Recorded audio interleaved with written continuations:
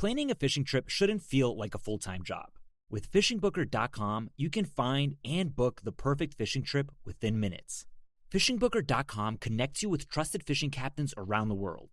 Booking is fast, easy, and secure, with access to verified customer reviews, loyalty rewards, and around-the-clock customer support. Everything you need to book with confidence is in one place. So head to fishingbooker.com and start planning your next fishing adventure today. Planning a fishing trip shouldn't feel like a full-time job. With fishingbooker.com, you can find and book the perfect fishing trip within minutes. Fishingbooker.com connects you with trusted fishing captains around the world. Booking is fast, easy, and secure, with access to verified customer reviews, loyalty rewards, and around-the-clock customer support. Everything you need to book with confidence is in one place. So head to fishingbooker.com and start planning your next fishing adventure today. All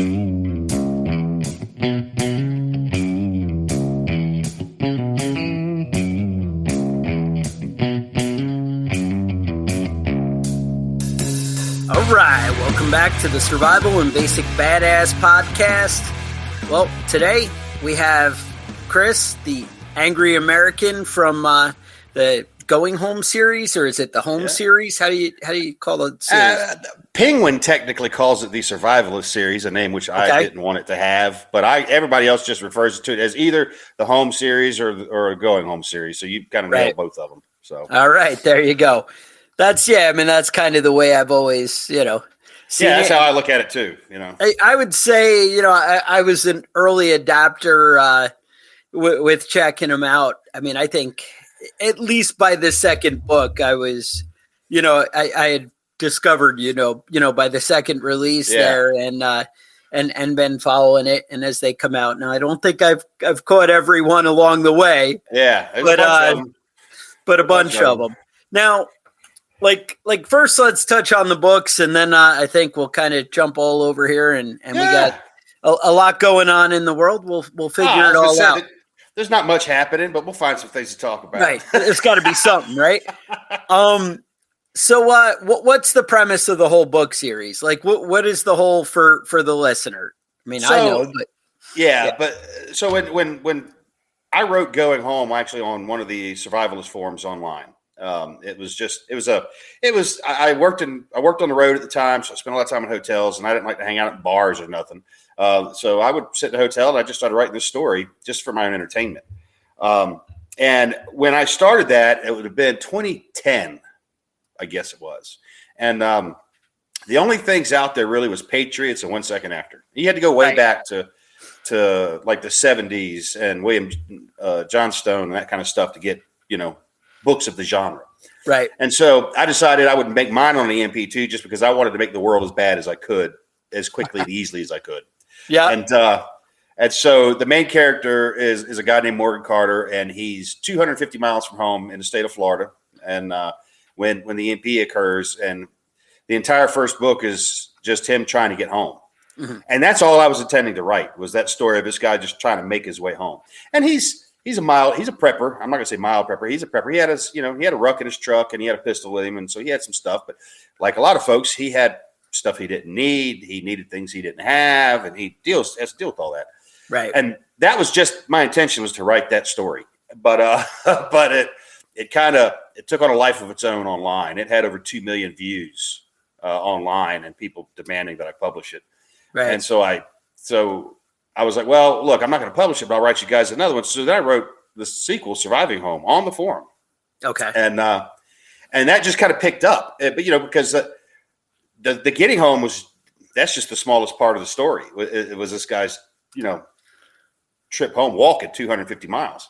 Right. And then there's what happens after that. He has a wife and kids, and he lives in a community, and what does that look like after that? After something like that occurs. And so I kind of just extrapolated that out. And we're still running with it. Actually, I had no intention of it being a series or running like it is, but the people that read this, there are so many people that are so invested in it. Like, there was a spell 4 years where I didn't get a book out because a whole bunch of stuff was going on in my life. Like my dad passed away, and my mom had been very ill and was in and out of the hospital. And Right. And it was just a bad time. Right. Yeah. So life occurred. But during that 4 years, I would get so many messages like, man, when's the next book coming? I'm worried about my friends. Like Nice. that's what people would awesome. say. And I get a lot of messages like that. And people will ask me, and I get asked a lot, how many books are there going to be? How many books are there going to be? And my standard reply was always, I will write them as long as I enjoy writing them and you guys enjoy reading them. When one of those two things fail, we're going to stop. But I've decided here lately, I think I'm going to stop it at 20 books. So number 12 just published. Still. All right. Yes. Yeah. So there's still 8 more books to do. What the heck? Hang on. Sorry. Oh, no worries. Felt like something was stabbing me in the head. So yeah, I've still got 8 more books to do. I'm working on 13 as well as some other works. I've got multiple books in the works right now. Actually 4 present. Sorry about that. Where is that? Good. I didn't know that thing was on. You're all good. Yes. That's Mom. Let me just shoot Mom a text. You gotta answer Mom when she's looking for you. That's the go-to. That's why the big alarm, because you know it's urgent and important. Yeah. All right. There we go. Okay. So yeah, that was the whole premise of it, and I've been in the survival space. I mean, for at that point, a couple of decades. I started in my teenage years with primitive skills, breaking rocks together and doing all those things. Yep. And that just kind of slowly progressed into what I like to refer to as modern survival, trying to use the tools that we have but learning the skills because, sometimes we don't have tools, no matter how well we plan and prepare. Right. We might ourselves without them. So the knowledge is a big thing. And I'm always stressing to people to go out and get training. I don't care who you get training from, as long as they know what the hell they're doing. But go take a training. I don't care if it's a survival class, a first aid class, a firearms class, or whatever class. Go take some training. Get some expert instruction. So I'm a big proponent of that. Now you always feel so much more like fulfilled when you do training. Like, I mean, I find it like so energizing, or whatever. I'll go out. I went to. I work with some guys, actually some of the guys with that movie that just came out, that Sound of Freedom. And I was working with some of those guys. Oh, man, it must have been about 9 or 10 years ago. And they were like, oh, yeah, we do this training. And, before we want you to go do anything, you got to come, hang out. And we do a big training thing for a week and whatever. And I went down to Texas and just being around other guys who are all, the same thing and have that same mindset and, out there, it definitely builds you up. It's a disturbing world we live in. I don't know if you recognize that goon. That's my brother, Alan K, right there. Nice. And when you talk survival, that's your he's the go-to. Right there. Oh my God. Yeah. You could drop him naked into anything and he's going to come out the other side in a suit and have all kinds of stuff. So I don't know what the suit will be made of, but he'll have one. He'll have one, huh? Nice. But yeah, it's he's an instructor too. He and I became very good friends through the same thing. We met through this whole survival skill thing. I don't like to use the term prepper per se, especially because it's been turned into such a negative thing these days. I prefer the term survivalist myself because a prepper means you're getting ready. Yes, you're getting ready. Survivalist, that means you intend to survive it. I tend to live through it. I like it. I stick with the old terms, from the 90s, back in the days when survivalist was it was a bad thing, but I was neck deep in it then too. So. Yeah, I was a late adapter, I think. I not that late. I did the Boy Scouts thing and all that, and was big into that. So you learn the basics of life, kind of thing. I think that every young adult should learn, and then join the Navy, whatever. And actually, I was in when we were over bombing Kosovo and former Yugoslavia there doing that. Yeah, and Balkans. Yep. Yeah, watching all that. Watching everybody's world change kind of really changed my view and how defenseless the people were kind of against really their government and seeing how that can happen. And I know we've all been insulated in America with, oh, well, nothing bad's ever happened in anybody's memory that, they recall here anymore. And, people don't have that mindset. And, obviously things can change on a dime. So it's definitely somewhere just ask along Israel. the way. Just ask Israel how fast things can change. Yeah. Well, they always seem to be seeing it. So. Well, and talking about, again, defenseless, Israelis, most of them don't have weapons. The kibbutzes had small security detachments that were armed, but that was it. And and we saw what happened. And when people said, but this is America, nothing like that would ever happen here. Right. Well, I don't know. We've had a few million invaders here over the recent years. We have that are currently in this country that do not have our best interest at heart. So it could happen. We could very well wake up one morning to mass chaos around this country.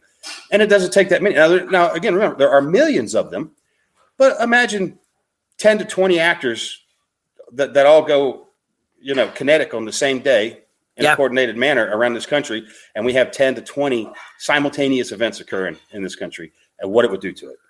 Even if the casualty counts aren't that high, just the fact that many things occurred, spread across the country like that, it would paralyze this nation. It would bring us to our knees, and which, of course, would lead immediately to martial law. And then we don't know exactly what that would look like. But, yes, it absolutely can happen. So, yes, you need to be thinking along those lines every day, in my opinion.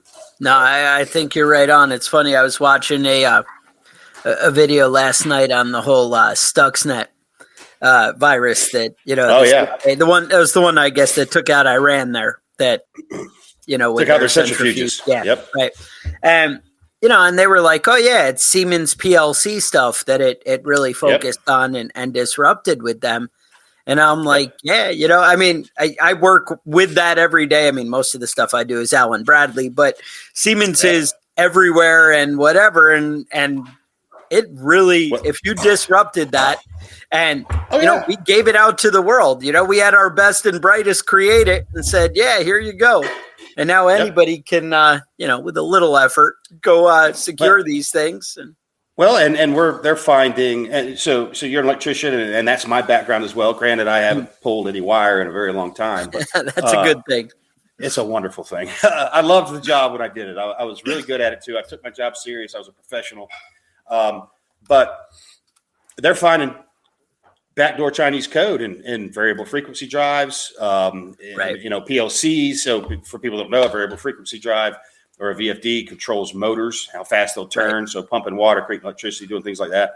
And then PLCs, programmable logic controllers, are what control the frequency drives. And they're finding Chinese code in these things. All of it has backdoors, and none of it is hardened at all, not to any degree whatsoever. Right. Yeah, so, well, that security is so lax. It's crazy. Yeah. Sorry, go on. No, I'm just saying your security is lax. And we are the biggest sitting duck on the planet because so many people hate us. And especially presently, the operation over there in the Gulf just fell apart where we put together a coalition, what they call Operation Guardian or something. I can't remember the name now, but it was to protect commercial shipping from the Houthis. Right. And all the nations told us to pound sand. They're like, we're not going to participate in this if you guys are running it because this is a shit show. So what does that say? Think about that. The United States Navy, the rest of the modern navies of the world said, we're not working with these clowns anymore. Yeah, isn't that crazy? We are a laughing stock on the world stage. There was a time where the U.S. Navy instilled fear in our adversaries, and they trembled at the sight of a carrier battle group showing up. All day. Not anymore. We can't even intimidate the Houthis, man. We can't even intimidate the Houthis. So and I think part of it is it used to be like I think even if you took our amazing battle group with the amazing guys we had in we'll say the 90s, whenever people were, whatever you think of as the height of American, excellence, the whole playing field has changed so much that a battle group doesn't even matter so much anymore because we can destroy a country so many other ways, so much easier with a laptop, with, even EMPs. It's still, all these things are now on the table that we really can't defend against.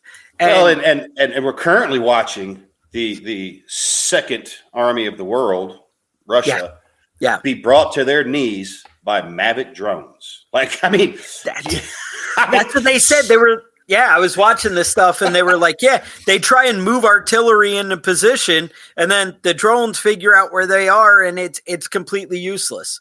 And they're taking a Mavic drone and strapping an RPG-7 to the bottom of it and flying it into a T-90 tank and destroying it. Yep. You know, it's costing them $500 to take out a $4 million and piece it's of combat hardware. Nothing. And that has to be, but what scares me is I don't think it is a wake-up call to the mainstream of the military, like the upper echelon. You know, obviously, I'm sure there's a lot of generals and guys that are really worried about it, but I really feel like the powers that be kind of have no idea what's going on. And go ahead. You look like you died to say something. I disagree with you. I think they know exactly what's going on, and I think that they are intentionally gutting our military. Okay, then I can accept that. I can accept that. That was actually one of the points I was going to make. You know, you mentioned that there's so many bad actors out there right now that hate us, but I think we're also at the height of our country hating ourselves. Like internally, we have so many people that, you know, exactly what you're saying, where we're intentionally allowing, you know, our country to fall apart, our country to be taken advantage of. We're not even in, well, yes, but it's worse than we're intentionally allowing it. Our administration is actively engaged in making it happen. Yes. So you go south of the border, there are maps that get handed out to all of them, telling them each stop what services we're running commercials. And there's apps now that they can get, and they show up here, they cross the fence, they get a cell phone, they get a debit card, you know, like a prepaid card with cash on it, and a plane ticket, bus ride to where the hell ever. And they're taking these people and sending them to places that are predominantly conservative. Right. To water down the voting base, and then they're trying to allow these people to vote as well. You know, California's letting them, which is the height of absurdity. And many Democrats have said it publicly that, you know, new voter base. That's what we're doing. So they're not even lying to us about it. They're not trying to hide it. They're just telling us, we got to replace you people and get people that will do the things we want done. Right. That will just do what they're told. Right. Yeah. And then, I mean, hell, you could talk about, you know, going on to destroying our country with our agriculture laws, the way we're changing things there, that whole thing with trying to kill the small farmer kind of thing, business thing there, making everybody kind of dependent on the whole. I mean, hell, it goes back to, you know, ethanol, and I'm sure before that, but you know, with the subsidizing the corn and just the way we do things is just so backwards. And you look at Europe because we're probably a decade roughly ish behind like where Europe's at. So you look at like Denmark over there where they're shutting farms down. They're just coming in and telling them, farm, you're done. You're not farming no more. You are done. We've got to reduce the CO2.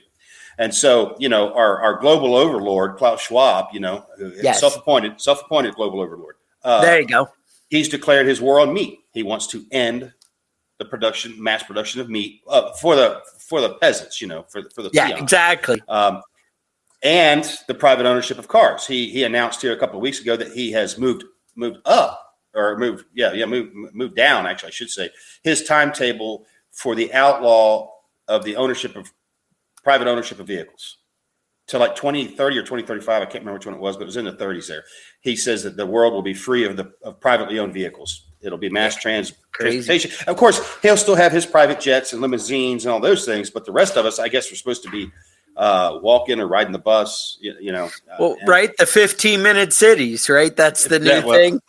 Yeah, the line, that thing they're building in Saudi Arabia, the line, that crazy city there. I shared that. Yeah, that's crazy. Yeah, it's anybody who denies that there is an organized and planned operation underway is walking around with their eyes closed. I don't know how people don't see it. Yeah. And it's, you know, you and me are the conspiracy nuts, but you know, I mean, that's how we're viewed by the world, I think. And it's just, you know, and people like us, it's crazy because it's like, how do you not see it? Like, look at what's going on.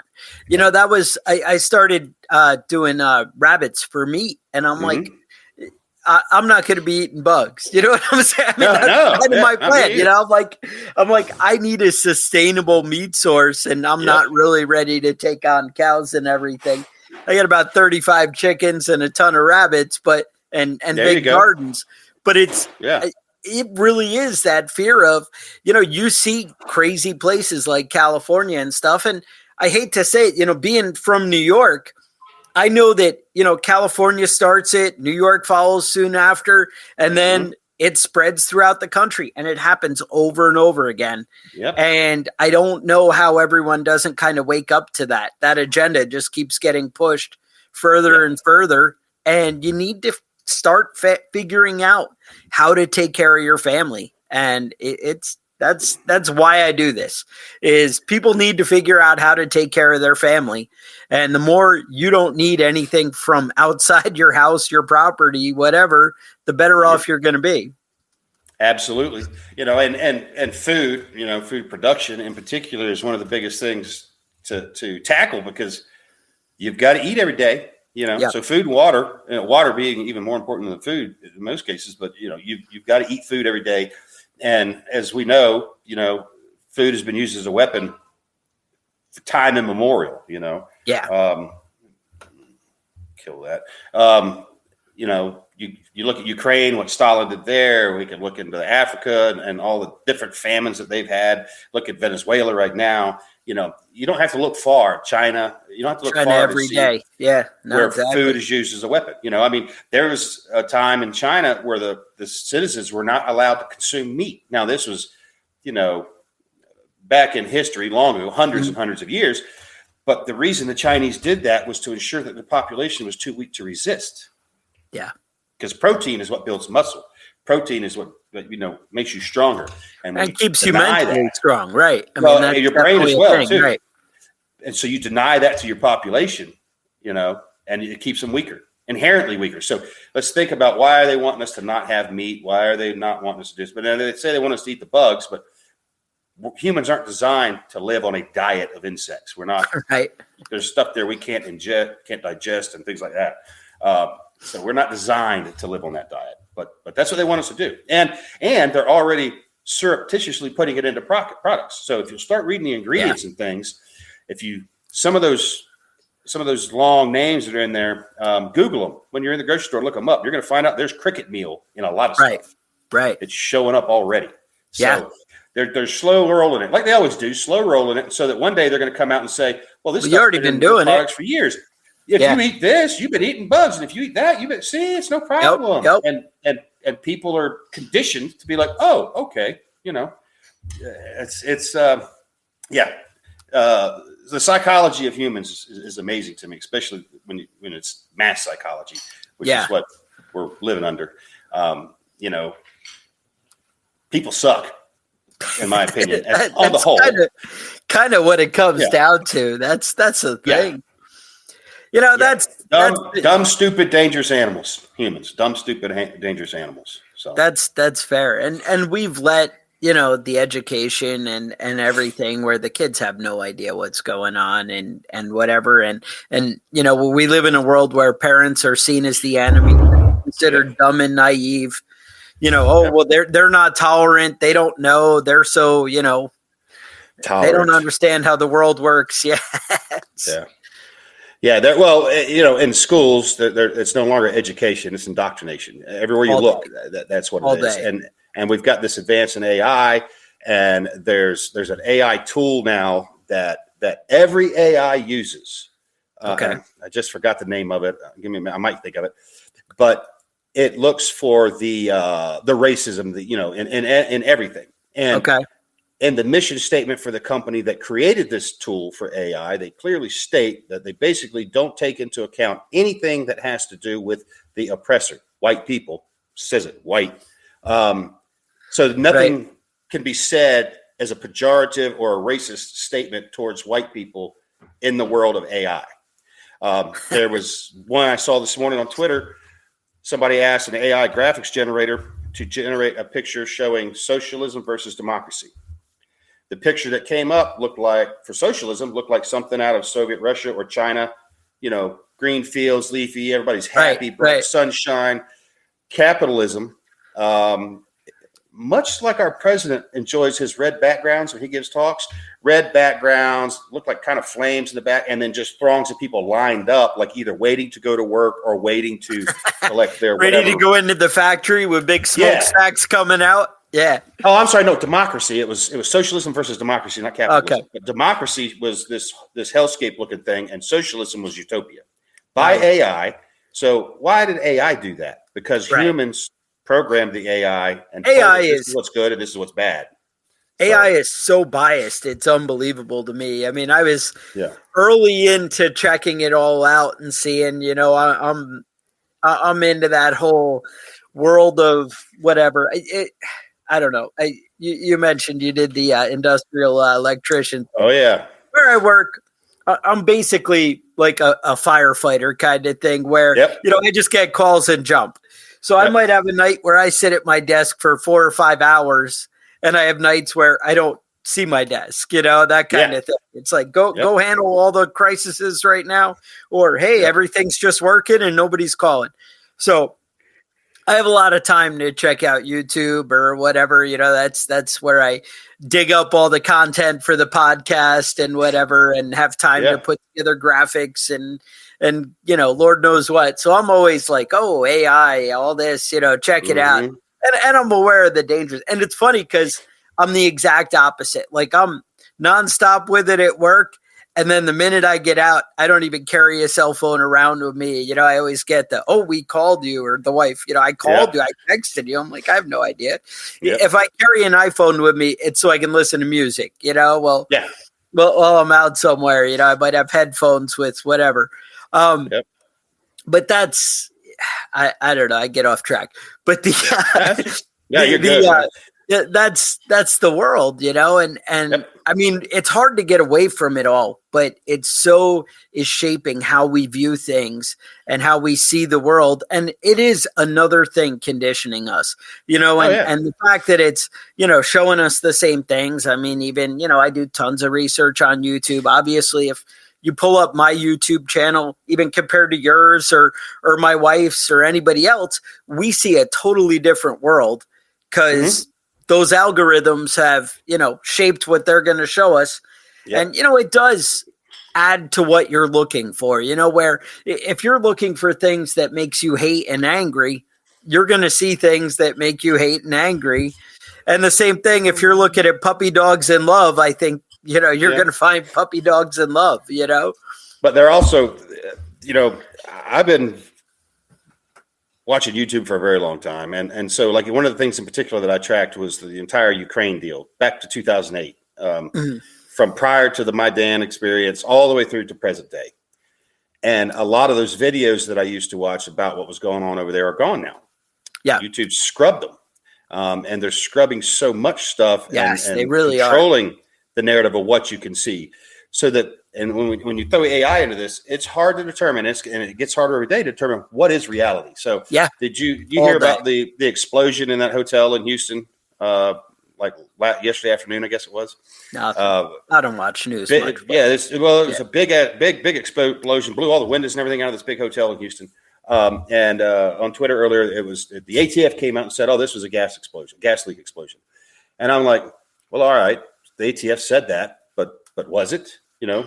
We live in a time right now where you have to question literally everything you hear. 100%. We know our government lies to us. You can watch the press secretary stand up there and lie to your face, just straight face. They're lying to you. So maybe it was a gas leak explosion that did that, or maybe it wasn't, but they're telling us that. So it's so, the truth has now become nearly impossible to discover unless you're there to witness it with your own eyes, because you can't believe 100%. What you read. You can't believe video. Yep. And with AI, we can no longer believe what we see. So, exactly. And that's all part of this. It's the dumbing down of the populace they're controlling the information narrative. It's essentially a psyop. You'll hear what we want you to hear. You remember, you'll own nothing. You'll eat the bugs. You'll be happy. Yep. And that's where they're trying to hurt us to. And I don't really know why. I don't get the why to it unless it's just this, or who even. I'm not even sure who. I know the Klaus Schwabs of the world are involved in that, obviously, because he publicly states it. No, I think it has to come down to they just want you to be, servants. And by that, I mean, we want you to make the food. We want you to make our nice things. And, however you do that, you can have your little life and pretend you're happy in your own thing, but you're still creating what we want. But we don't want you any kind of beyond that, any kind of rising up intelligence. I think that's what it comes down to. Not only that, but you're going to make for us the things we want, but we're not going to allow you to own those things. You're not going to be allowed to possess those things. And we're going to tell you what you can and cannot have, what you can and cannot eat, where you can and cannot live. They're trying to close down public land in this country to human access, like to shut it down so we cannot even walk in there. Like, that's absurd, And again, that's to force people into concentrations, which violates one of the fundamental laws of nature, carrying capacity, Any patch of dirt from 1 square foot to 1,000 square miles of dirt can only support X numbers of any given life form. So we violate the hell out of that rule all the time. And as long as this very intricate and fragile system that we've developed exists, we can live there. But as soon as it falls apart, we can't. So we're re-engineering human beings to the point that we can no longer exist in our natural environment, which is the forest, temporal forest. That's where we're designed to live. That's, all the evolution, everything designed us to survive and thrive there. And now if you take the average human and drop them into that environment unsupported, they're going to die in a matter of days, usually. Because they can no longer exist in their own natural environment. They can only exist in this purely artificial environment that we've created. And I say artificial because we have to make it all. None of it occurs naturally. We have to produce it. So therefore, it is an artificial environment. Right. No, it's crazy. Even going back, you were mentioning all the things I know on YouTube. I was talking to some buddies at work like 3 or 4 years ago, and they never heard of that idea of when Rumsfeld came out and said that, we lost all that money when he gave that speech. It was billions or $1 trillion. Oh, it was $1 trillion. Right September 11th. And that's gone. Yeah. You can't find that on YouTube. And it's funny, about 3 years ago, I looked for it. And I finally found like somebody had a video about a bunch of things and it was like in there, and even that's gone. And I'm like, there's nothing. You can't prove anything anymore. It's crazy. Yeah. Did you ever see the graphic of what a physical stack of $1 trillion looks like? I forget the number of pallets it was, but it is enormous. Mm-hmm. It's bigger than a house. So imagine that much cash physically moved into Afghanistan, and the Taliban is still finding it. I just saw a video a little while ago where they found brand new U.S. $100 bills, all wrapped in plastic, and it was tens of millions of dollars that they found somewhere in a stash someplace, and it lined this room. They're just panning this room, and it's just millions of dollars that we left there with the billions of other, why not, right? Equipment and everything. Yeah, I mean, what's a little cash when we left all this hardware and ammo for these guys? They're not going to use it on us, so Yeah, and that's even it goes back to the whole Iran, when we hated Iraq and we were buddies with Iran, way back. It's crazy. Like over and over again, we're funding whoever, dropping guns off wherever. You see the movies and stuff, and it's just a crazy world. But history is changing all the time. I don't know. I grew up as a big Ayn Rand fan. I love Atlas Shrugged, is that whole mindset, and it kind of disgusts me. Where I don't know. There's a big thing like towards the end of the book. They go to rescue the. I don't know. The guy gets captured and she goes to rescue her boyfriend there. Well, I guess John Galt they're going to get, but she's with the Hank Reardon guy, whatever. Yep. Bottom line is she goes in and they're trying to break in and there's security guy. And she's like, make a decision. Decide you believe me or don't. Yeah. And that's kind of like the key to like everything in my mind is if you can't, her big thing was if you don't make decisions, you don't have value. And the more thought you have, the more value you have kind of thing. It's just that, and that free will going away. And I think, I always talk to the wife. I'm like, that's why I think you get your mass murder kind of thing in the schools or whatever, is people don't value human life, right? I mean, we could talk about religion being the cause of that, whatever. They don't see value. And I think a big part of that is you're all part of the collective. What you do as an individual is less important than what the group decides and what we want. If the group decides we're going to do this about the planet, if you're the outsider, you're the problem. You need to go away. And people see themselves as the problem. And I hate to say it. I mean, that's they don't see themselves as the problem. They see others as the problem. And you're right.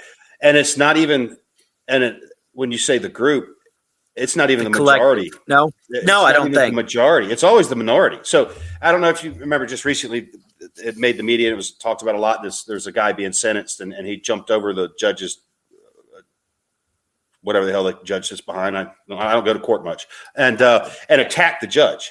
Okay. And so he was brought back into court, and the next time he's brought back in, he's wearing a muzzle and a mask. He's got shackles, manacles, or shackles and handcuffs, waist chain, all chained together, and his hands are in some kind of thing too, so he can't even use his hands. Okay. And just on Twitter, for example, all of the comments are about how disturbing it is to see a black man in chains. I don't care what he did. That's disturbing and that's wrong. Right. And what we're doing and what they've very successfully done is removing the consequences of people's actions from them. You look at the smash and grabs or the mass lootings that happen where people will run into a Macy's or a whatever or a Coach store and grab everything and run out the door because there's no consequences to them. They know it. They know if they get caught, there's no bail anymore. They're going to arrest me. They're going to let me go. Good luck catching me next time. I'm off to the races again. So they're removing the consequences of people's actions. You're not allowed to defend your own property the way you should be able to, or in a lot of cases, even your life. There's a guy 2 months ago in New York City, shot a guy raping a woman on a subway platform with people standing around. And he shot him to stop him. He's catching 4 felonies, and he's in jail. Right. It's absurd. They're incentivizing the criminal and de-incentivizing the victims. So all day. Yes. They get bolder, and it's all part of it. It's they've got a solution. We don't know exactly what it looks like, but they've got a plan that they want to implement. They just have to get enough of the people begging for that solution, and they're going to go, oh, well, you guys wanted it, so we have this. And everybody's going to be like, yeah, give us that, not understanding what they're doing by surrendering liberty. And most people don't understand what liberty really is. But it's sad. Watching people surrender their freedoms, surrender their rights, surrender their personal sovereignty is really what they're doing. Yeah. No, I think like when I used to look at it 5-6 years ago, I used to look at it with, Germany was running crazy with everything, and you had Night of Broken Glass, the whole thing, and it's So, but and they had the whole transgender thing, they had gay stuff going on, and there was just craziness, and people were running wild and whatever, and everybody was getting where Hitler said, "Look, I'm going to come in and bring back normal. I'm going to be the strong arm," and they were begging for, a strong arm to come and bring normalcy back. And I kind of was worried when, Trump came out, because that's kind of what everybody was grabbing for. Yeah. And he's like, look, I'm just going to bring normal back, and I'll do things beyond what you would have considered okay for a government, because I'm going to give you back what you want. But I hate to say it, the more I see stuff unfold now, I think it's way more sinister than that. I think it's going to be very different than us just begging for a strong arm. I think they have a bigger plan, and I'm not even sure where it goes. But it could be that we're just begging for a strong, authority. Well, go back to 9/11. All right, 9/11. What do we get? Patriot Act. and they've done nothing but reinforce that thing over the years. No one's ever talked. And both sides keep saying how bad it is when they're not. Yeah. Yep. When they're not doing it. We created the DHS and how many additional agencies underneath them now. Right. That's the Stasi. They're the state police. DHS. Right. That's state police. It's 10th Amendment. You can just wad that up and throw it away. It doesn't really exist no more. States' rights and all the things. Right.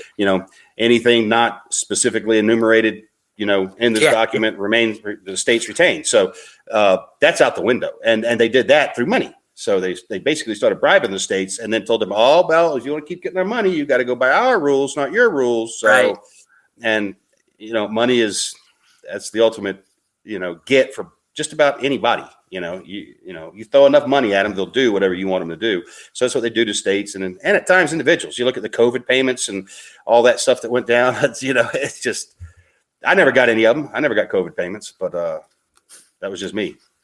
Yeah. No, it's crazy. Yeah.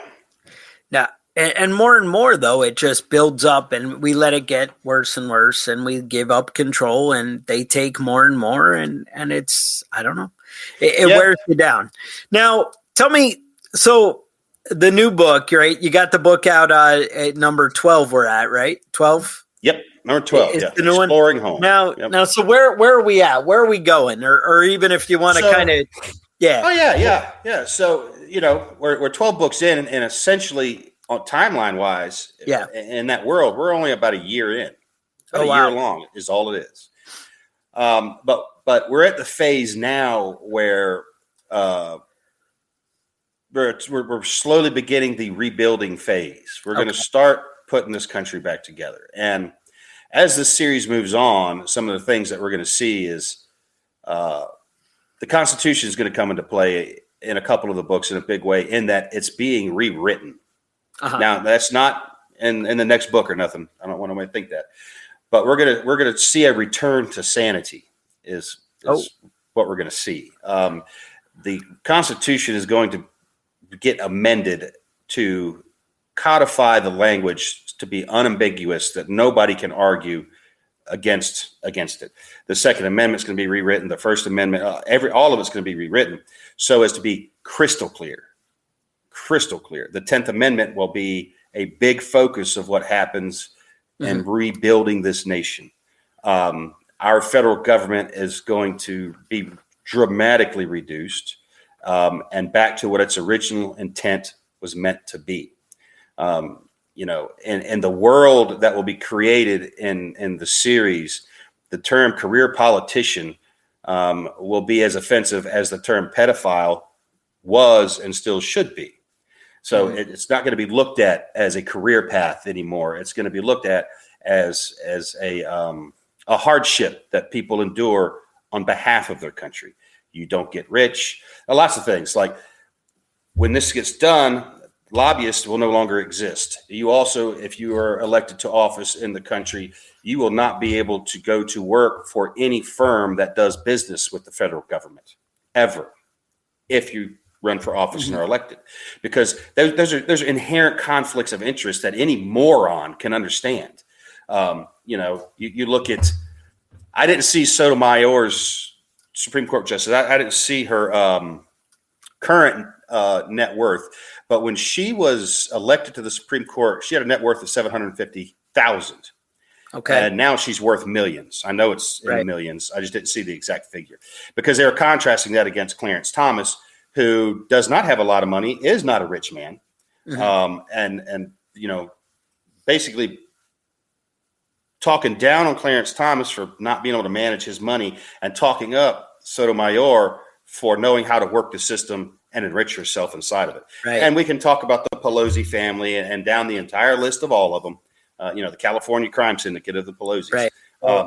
But that kind of thing is what's going to be looked back at. And the people that are going to be running the country as we come out of the other side of this are literally going to say, never again. Never again will this happen. The judicial codes are going to be realigned. The IRS will go away. Colonial title will return to the people of this country. So that's the big picture stuff. There's a lot of how we get there is the fun part, but I'm in my imagined world, I'm trying to reset the board to what things should be and we're meant to be. Right. So. No, I like it. And I like, that's the thing I think nobody tackles, and nobody has time to tackle. I mean, it took you 12 books and we're still not even there. But that's always what people are wondering about is how do you rebuild? How do you recover from that? I think maybe Patriots touched on it at the end, something where they had some kind of like thing going on there. But exactly, that's definitely awesome. That we see something, some kind of, how do we recover? Because that's what I'm afraid of. You get all these like crazy militant types who are like, yeah, we overthrow the government. Well, what do you think you're going to get? Who's going to step in? And how do you get there? That's the whole. Yeah. Power abhors a vacuum. Yeah. Anytime there's a vacuum, some form of power will fill that void. So it's got to be done right. And you have to have we run a risk. Yeah. We right now, our country, we run a massive risk. So the pendulum is swinging left extremely and still moving, but I think it's starting to peter out its progress to the left, and it's going to start swinging the other way. No, I'd like that. The extreme far right is just as bad. We don't want that either. So we've got to hope that we can slow the momentum on this swing to something closely resembling sanity. Right. A lot of people want revenge on the left for all of the things they forced upon us. We've got a fraction of a percent of the population that is essentially dictating how the rest of this country will live. Right. And people are getting fed up.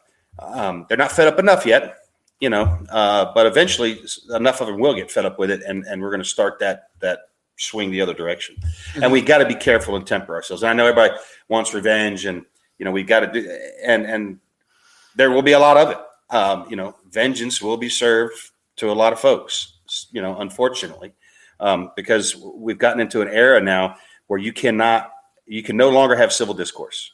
Right. It's not at all. You're with us or against us. That's it. You're part of our solution or part of our problem. And there's no middle ground. And we've got to have middle ground.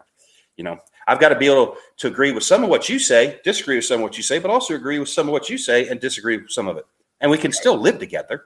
Right. That's the beauty of 50 states in this country. The states were designed to be able to pass their own laws. I mean, that's the beauty of being a human. And it's so disgusting to me. I don't have to feel the same way about guns as you do, or the same way about, whatever, but you can do your thing and I can do my thing. You can be a vegetarian. You can live whatever lifestyle. I could care. That's great. Do you. Just don't tell me. Let me do mine. And, I understand, people are like, well, if you have guns, you could hurt me. Well, yeah, let's make killing or hurting people illegal. We'll make those crimes. I can get behind that, unless it's justified. You don't even need a law for that. We forget that we are nothing more than another mammal that lives on this planet. We are another animal that lives on this planet. Big, dumb, dangerous ones, like I said earlier, but that's all we are. The laws of nature still apply. In nature, if you're attacked, you have to defend yourself. Because what is the cost here? Your life. That's the cost. Okay. If you aren't living your life properly, as far as knowing your food sources and where they are, how to find them, how to avoid the predators, where to build your den, how to live, where to find water, where to source the things you need to exist, you die. Simple. The same thing happens to people, and people have an inherent, every animal not even has the instinct to self-defense. Right. Humans want to legislate that with words out of existence and say, no, you can't defend yourself or your property. If a dog's got a bone, that's his property. Go take it from him. If he's a domesticated dog, you're going to be able to get away with it. If it's a wild animal, probably not. You're not going to get away with that. Right. So we've been overly domesticated. And like I was talking about earlier, we're de-evolving too into that. We can no longer exist in our natural environment. 100%. So self-defense is not a right. That's a natural law. That's just a fact. It exists. Right. It is, and there's no denying. The Declaration of Independence. Yep.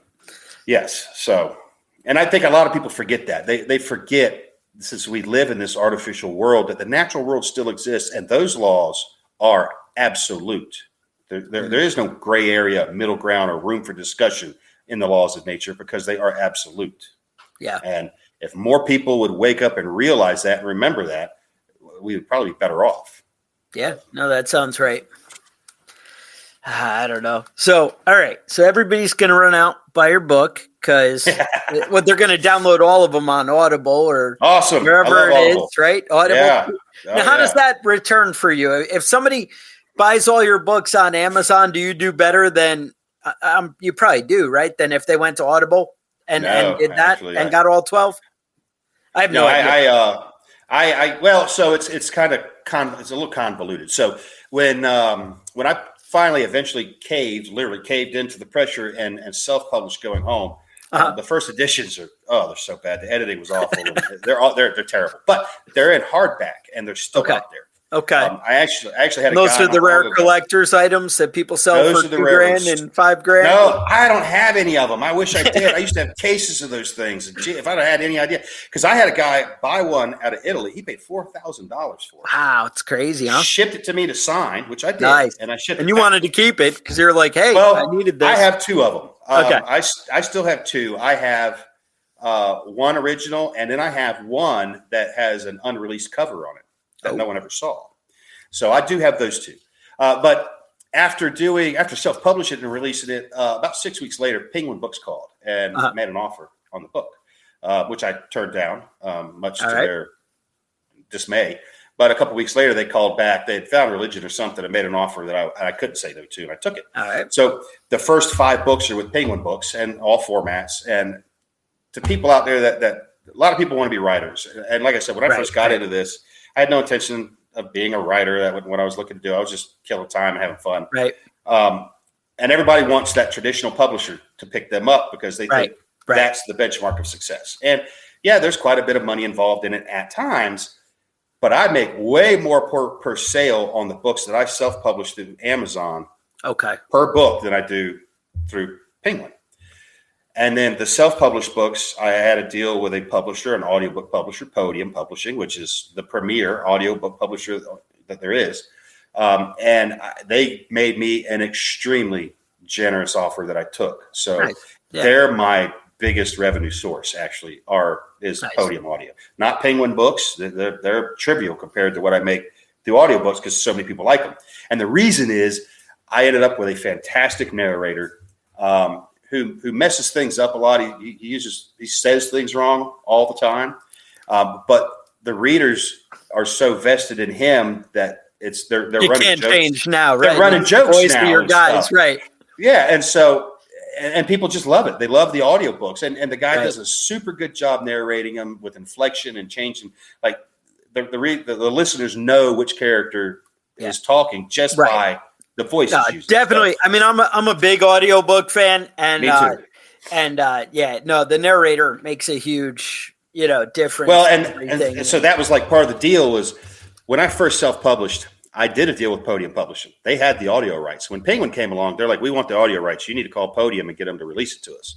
Right. And this was a lot of money on the table at this time. And so I called Podium and explained it to them. And they're like, look, we do not want to do this. They said, but we understand what this means for you. To you, right. They're like, so we're going to do it. They didn't release it. They sold it to Penguin for $30,000, which I thought was great. I laughed my ass off. But the day that I terminated my relationship with Penguin, we were negotiating another contract. Things are great. But then the guy I was talking to used a turn of phrase that I really didn't appreciate. And as they say, negotiations broke down at that point. Okay. Which ended up with me telling them that I was going to take another path. And contractually, I was done with them. I was free to walk away. Right. And I did. But I also immediately sat down on the steps because I was standing on the front steps of my front porch of my house. And I sat down. And I was like, oh, my God, what did I just do? There's a lot of zeros in these numbers. I risked a big, payday. Right. I'm like, what did I just do? And about 2 hours later, Podium Publishing called me. And they're like, hey, man, we regret selling away the rights to your audiobooks. One of the biggest mistakes we ever made. They're like, if there's any way we can work together in the future, we'd love to. And I was like, funny, you should call today. Same day. So I know someone in Penguin dropped a dime to somebody. And they're like, we'll send you a contract right now. And I'm like, well, hold on. I said, we got to have the same narrator. I said, we can't change narrators in the middle of the series. And he goes, right. They're like, oh, that's not a problem. We'll get him. I'm like, man, I said, look, having dealt with Penguin and stuff, I understand contracts a lot better than I used to. And I know that if it's not in black and white, it didn't happen. Right. They're like, all day. So they're like, well, we cannot negotiate a contract with him without a contract from you. So you have to sign this contract and we'll go get it. I said, all right. I said, do me this then. I said, put a 72-hour sunset clause in there that says that you have to acquire him within 72 hours. And if you do not, our contract is void. And they're like, yeah, no problem. I was like, wow, that was easy. So by the time I walked in and sat down at my desk, the email was there. I printed it, signed it, emailed it back to them. They called me at 10 a.m. the next day and said, he's in. Nice. And I was like, wow. And so I got lucky. The whole process of me becoming published and all of it was like being struck by lightning. A lot of people ask me for advice. I'm like, don't look at me for advice. Right. I'm a fluke. What happened to me was, even Amazon, they called me one day and they're like, hey, we're with Amazon. We'd like to ask you some questions and stuff. And I was like, all right, go for it. So they started asking me questions about publishing and things like that. And when I got done, the girl, it was so funny. She goes, you're one of those. And I was like, well, what, And she's like a unicorn. In publishing, we call people like you a unicorn. She's like, you've had tremendous success in traditional publishing, and you're also extremely successful in self-publishing. She said, you're what every writer out there wants to be. Right. And I was like, well, I said, it's all happened despite my best efforts at preventing it from happening. Everything that's happened is, I just got lucky. I love it. But I will admit, I don't consider myself a good writer, but I do consider myself a very good storyteller. I can spin a yarn. Nice. And just getting that on paper and making it look good, and that's the hard part. But I got some really good professionals now that work with me. I hired a very expensive firm now to do my editing. And if guys that are out there in the self-published space knew what I spend to produce a book, it would blow their minds. To look pretty. Yeah. Nice. Well, even for the editing and for all the stuff that goes into it, I spend thousands to prepare a book for release. It's no small task or little process from these days for me to put a book out, because I'm trying to give the absolute best product I can, Yeah. All right. Now I do have to wrap up because some of us have to go to work to pay the bills, but and I got more of these to do today. So yeah. Right. Oh, fair enough. So last thing, you're looking at maybe a TV series. Is there anything we can help that go along or see what's going on with that? How do we track that? Right now I've got a contract that's being hammered out. I've got to get this one little contract out of the way, and then we're kind of back to the races. The problem is, to get this done, we have to deal with Hollywood. And when we look at what Hollywood's producing, they do not want to produce this project. And I've taken numerous meetings already. It's kind of anti-Hollywood. It's extremely anti-Hollywood. And I've walked out of numerous meetings. I've been in the studios and sat down with studio presidents, the whole thing, and looked at them and said no. And to see the look of shock on their faces when I say no to them, and they're like, what? I'm like, no, that's not what people want to see. I said, nobody wants your interpretation of the books. They just want the books. They don't. You don't need to add all this woke diversity and all this stupid. I'm like, people are sick of seeing that. So finding the right people to do it is the hardest thing in the world. And it may come down to where I'm going to have to say to hell with it. I'm going to do it myself. And I don't mean me film it. I'm going to raise the money. Whatever. Right. I will be the executive producer. I will be the guy standing there saying yes or no, and I'll sign the checks and I'll get it done. And then sell it or don't, to whoever. Well, or I'll build a platform and I'll charge a subscription and you can stream it and watch it there. So that works, right? You've done it before with your books. So yeah. And it's fully produced. I have a screenplay. I have the budgets. Nice. I have what we call the lookbook, pitch deck. I even have a sizzle reel. We've got a complete package ready to go. Just got to find the right people. And so far I've been unsuccessful in that effort. That's the way it is. So, because I'm not going to sell out. I like that. That's what I like to hear. Now, so where do we go to check out everything you're doing? What's the website? AngryAmerican.com. You can hit that up. You can sign up for a newsletter there. There's going to be stuff there that when not yet, but it's coming. Well, what I'm doing is I'm putting together a small, I don't know if it's going to be like a pamphlet or a small book, but it's going to be a character guide. So it's going to have every single character that's ever been introduced into the story. Nice. You'll know what book, what chapter they showed up in, and get a little bit about them. So that's going to be a cool thing that's coming up in the website, that when you sign up for the newsletter, you're going to get that for free. Nice. But you can sign up for the newsletter, follow us there. We do Facebook Lives once a month. We do. So you have a podcast, live. Is that right? We have a podcast tomorrow, Wednesdays. Yep, there we go. That's the podcast. So Wednesdays we record a podcast. You can watch it live on YouTube, Twitter, and I think even Facebook while we're doing it. And then it goes out as a podcast as well. Nice. And I'm on all the socials in every capacity, and under the Angry American or Angry American, depending Angry on American. Got it. And then we're currently arguing over the name. Somebody else uses this name too, but I started before them. Oh yeah, I've trademarked it. Oh yeah, yeah. I've trademarked it now. So. And I also have proof of first use. So this guy's going to have to. I've always thought of you. So when I think Angry American, this is where I'm at. Yeah. So fair enough. Yep. Yeah. It's so weird. You can buy the books on Amazon. Best place to get them, honestly. Right. I may in the future move away from Amazon, but that'll be a discussion for a different time and a much bigger project. So yeah. All right. Well, I really. But thanks for having me on, man. I love the books, man. They're great. So. With that, stay safe, and we'll talk to everybody next week.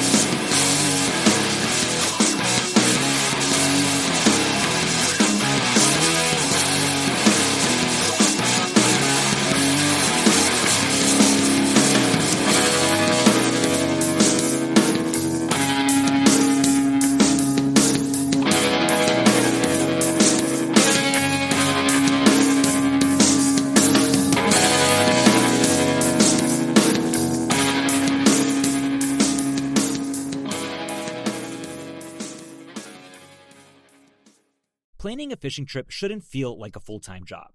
With FishingBooker.com, you can find and book the perfect fishing trip within minutes. FishingBooker.com connects you with trusted fishing captains around the world. Booking is fast, easy, and secure, with access to verified customer reviews, loyalty rewards, and around-the-clock customer support. Everything you need to book with confidence is in one place. So head to FishingBooker.com and start planning your next fishing adventure today. Planning a fishing trip shouldn't feel like a full-time job. With FishingBooker.com, you can find and book the perfect fishing trip within minutes. FishingBooker.com connects you with trusted fishing captains around the world. Booking is fast, easy, and secure, with access to verified customer reviews, loyalty rewards, and around-the-clock customer support. Everything you need to book with confidence is in one place. So head to FishingBooker.com and start planning your next fishing adventure today.